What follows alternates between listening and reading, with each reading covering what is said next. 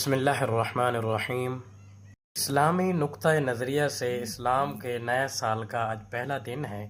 اس دن لوگوں کو مبارک دینا، اس دن لوگوں کو خیر کی باتیں کرنا، دعائیں دینا، یہ مستحب اور اچھا عمل ہے۔ اس کے علاوہ روڈوں پہ پٹاخے کرنا، فائرنگ کرنا، ون ویلنگ کرنا، اس قسم کے خرافات سے اسلام کا کہیں تعلق نہیں ہے۔ اسلام ایک سنجیدہ مذہب ہے۔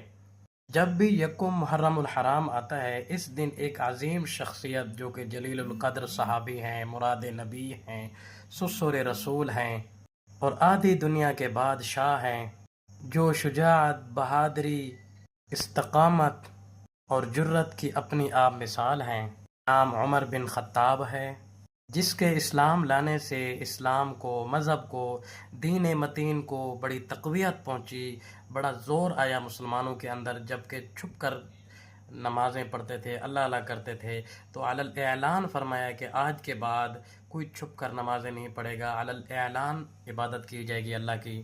اس کے بارے میں رسول اللہ صلی اللہ علیہ وسلم نے فرمایا کہ میرے بعد اگر کوئی نبی ہوتا تو عمر ہوتا۔ عمر وہ شخصیت ہیں جس گلی سے جاتے ہیں اس گلی سے شیطان بھاگ جاتا ہے۔